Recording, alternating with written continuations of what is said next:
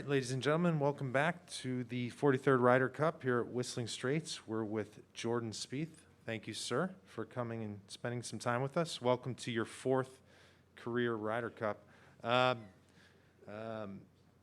It's been since 2015. You 17 under par, runner-up. What are your recollections of that week? And did that give you comfort as you prepared to come here and represent the United States again?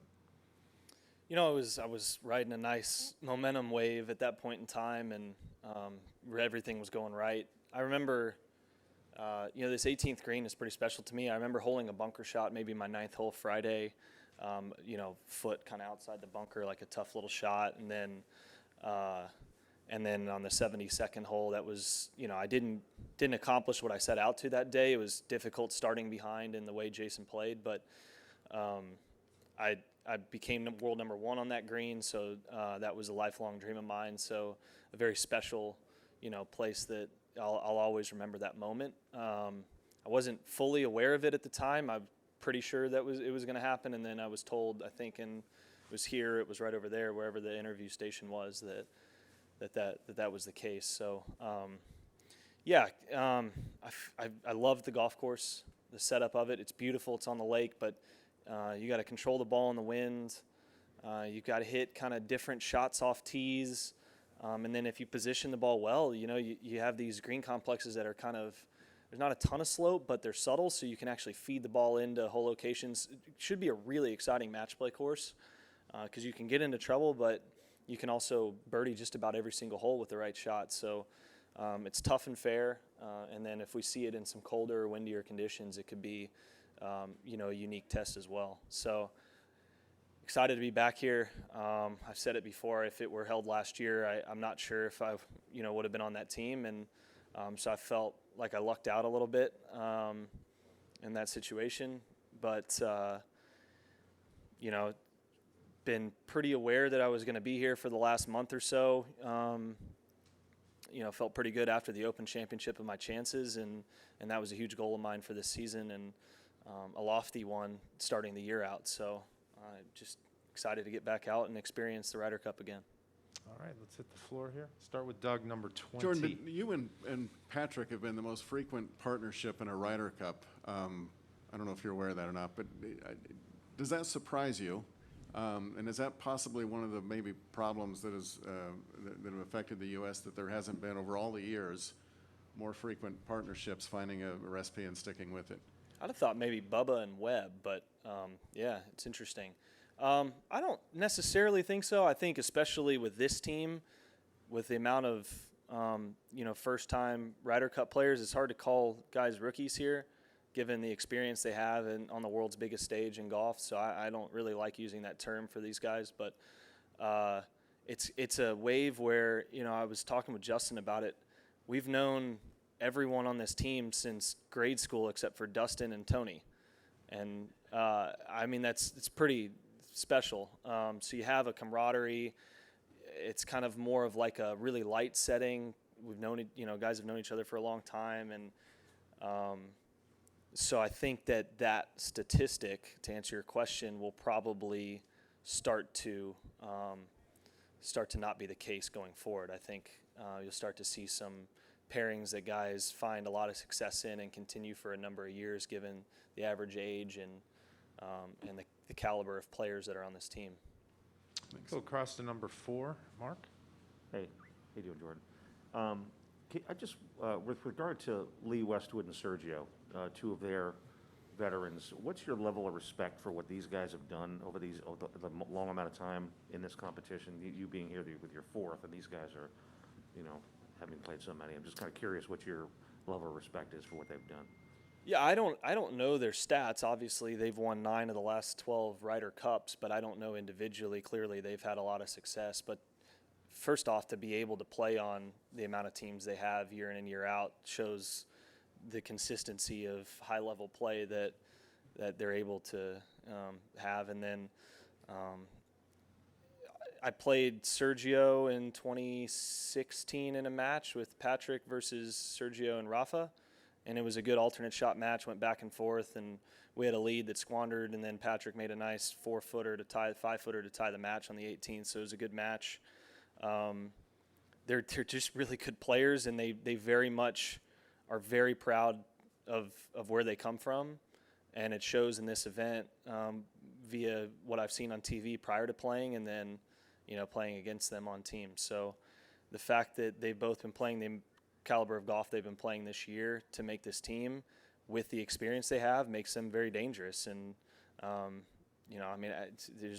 you step on the first tee and you're going to play two of the best players in the world, play against two of the best players in the world regardless.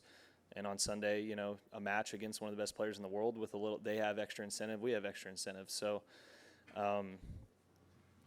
it's probably very helpful for them to have them playing really well and the experience, but I'm pretty excited about the idea that we've got youth and fire kind of on with the guys in our locker room. Let's go 13 and then 7. 13, Rex? Jordan, way back here. I know you don't like to use the term or refer to them as rookies on the team, but if any of them did come up to you this week and ask you to kind of explain the atmosphere on the first tee or how to handle that pressure, I guess, what would you tell them? Well, I kind of have to a couple of the guys, and I've asked some of the assistants and even some of the other players just so that I was kind of on the same page. But I asked them kind of what it feels like to in the middle of a match, to them.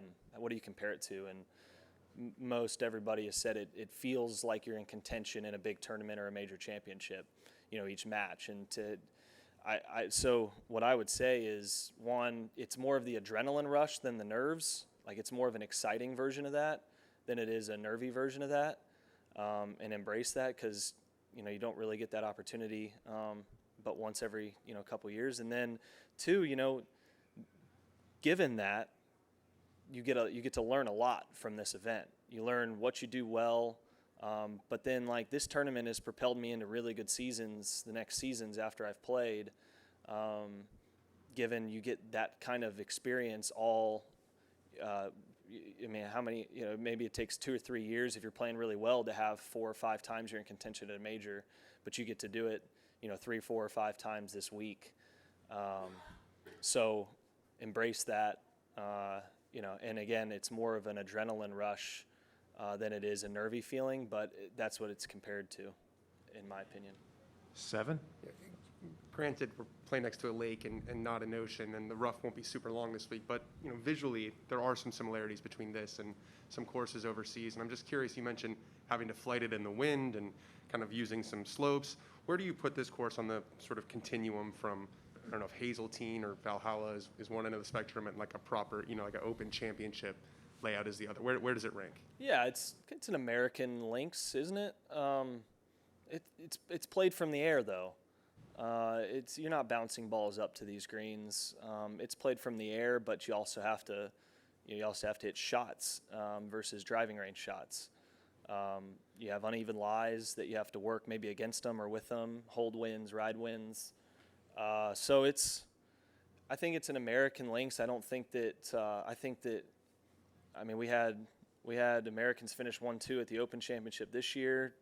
I don't really think that it makes that much of a difference on the style of course. I think, our team, our captains and Strick and the vice captains are trying to, figure out ways that maybe fit the players specifically on our team as far as rough cuts and fairway cuts, where they are, and green speeds and firmness and that kind of stuff. But it's an aerial links, so you still have to play very similar golf to what we experience on the PGA Tour for the most part.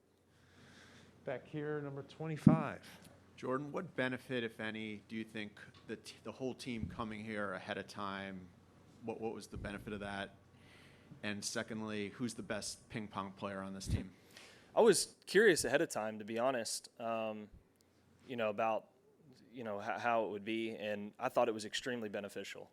I thought the commitment of guys to get up here was cool, and then it was very light. We were messing around. We were hitting shots. We weren't really like chipping and putting to all the pins. It was more, let's have some fun and play a match with each other, and just kind of see, get our feet on the ground, see the grandstand, see the setting ahead of time, so that when we arrive today, you're not kind of taken back. You've already been here, feels just a that little bit more comfortable.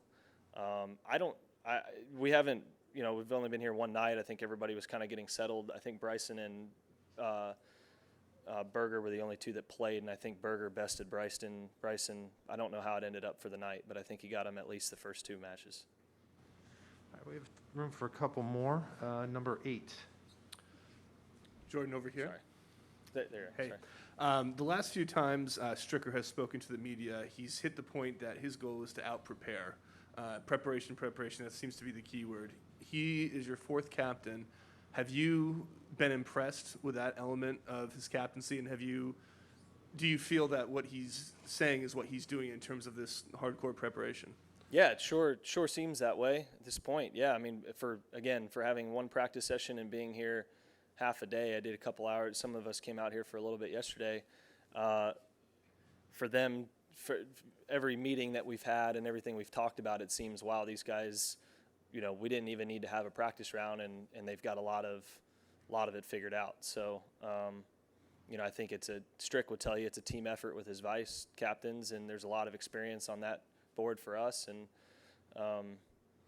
so we go out there and try and hit the shots, and wherever they put us and how often they put us there, we're trusting in them that it's at our best interest, but they're also very open to this team to voicing their opinion to them.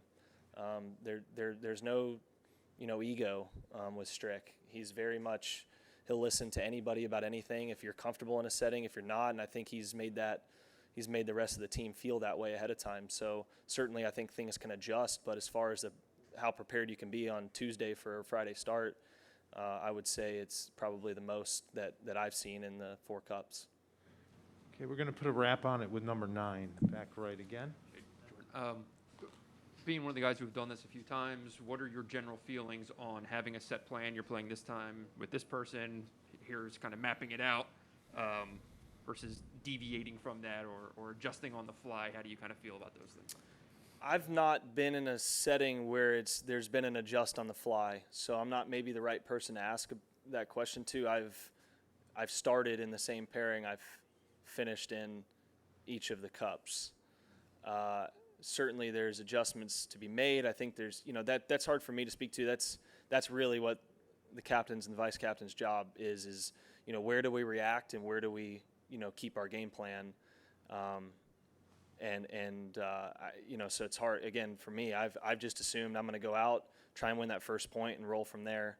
And it's worked the last few, and I don't see why that should change from my point of view. And I think it's really just, that's more of how they can speak to it. But I've not, President's Cups, I've, mixed and matched throughout a tournament, but not in a Ryder Cup. You'd be comfortable if it was, in between matches, whatever, we're gonna switch things up on the original plan and do this? Sure, I'd figure they've, while we were playing, they have a reason for it, and, whether it's statistics to back it up or it's, feel off of watching what's been going down, because you only know what's going down in your group. So, you got to be prepared to play them all, but, expect to be watching as well and trusting they want people rested for Sunday. So, we know the Euros typically have a different strategy. They're going to play probably 4 or 5 guys, 5 matches regardless, and some of the other guys will probably play, 2 or 3. And you expect to see the same guys out that we've seen for a number of years now, 5 times. And that's probably, we've got a lot of depth, and both teams have a lot of depth, but I think we're going to rely on the youth and our depth to potentially, strategize a bit. Jordan, thanks for your time. Thanks. Enjoy your day. Thank you.